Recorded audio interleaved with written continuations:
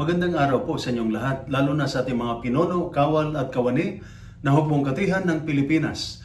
Ako po si Father Dion, ang Post-Catholic Chaplain ng Headquarters and Headquarters Support Group, Philippine Army.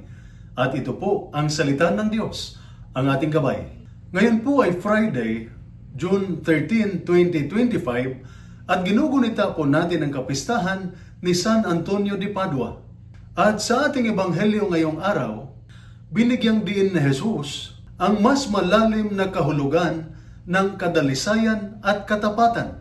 Hindi sapat ang panlabas na pagsunod sa batas. Ang tunay na pagsunod ay nanggagaling sa kalinisan ng puso.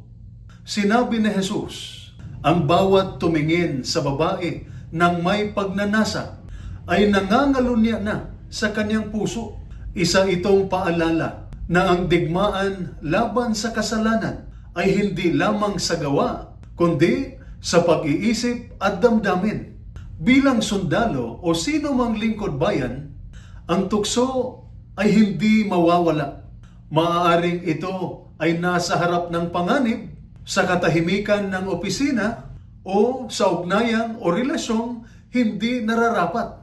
Ngunit ang tunay na kalakasan ay hindi laging nasa armas o ranggo, kundi sa kakayahang ipaglaban ang sariling dangal, kadalisayan at katapatan, lalo na kapag walang nakatingin. Ang puso ay ang sentro ng ating pagkatao. Kapag ito'y nalason ng tukso o kasinungalingan, unti-unting naaapektuhan ang ating mga desisyon, relasyon at misyon. Kaya napakahalaga ng patuloy na pagbabantay sa puso na ito'y manatiling malinis, matatag at matapat. Ngayong araw ay ginugunita rin natin ang kapistahan ni San Antonio de Padua, isang santo na kilala hindi lamang sa pagtulong sa paghanap sa mga nawawalang bagay, kundi sa kanyang malalim na kaalaman sa salita ng Diyos at buhay na saksi ng kabanalan. Siya ay isang mabuting halimbawa ng taong nag-ingat sa kanyang puso. Pinuno ito ng pag-ibig sa Diyos, karunungan at habag sa kapwa. Hindi lamang siya dakilang mangangaral. Siya rin ay dakilang tagapagtanggol ng pananampalataya at kadalisayan.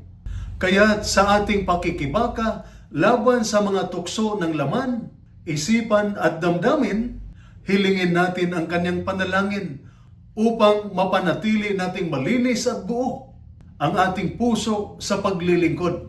At ito po ang salita ng Diyos, ang ating gabay. Manalangin tayo. Panginoong Hesus, tulungan mo akong maging tapat at malinis sa puso at damdamin. Sa gitna ng tukso at kahinaan, ituro mo sa akin ang landas ng kadalisayan. Palakasin mo ang loob ko upang tumanggi sa anumang makasisira sa dangal ng aking kaluluwa. Ingatan mo, O Diyos, ang aking puso upang sa bawat gawain, pakikitungo at desisyon, ikaw lamang ang maging sentro. Amen. At sumainyo at sa inyong pamilya ang pagpapala ng makapangyarihang Diyos, Ama, Anak at Espiritu Santo. Amen.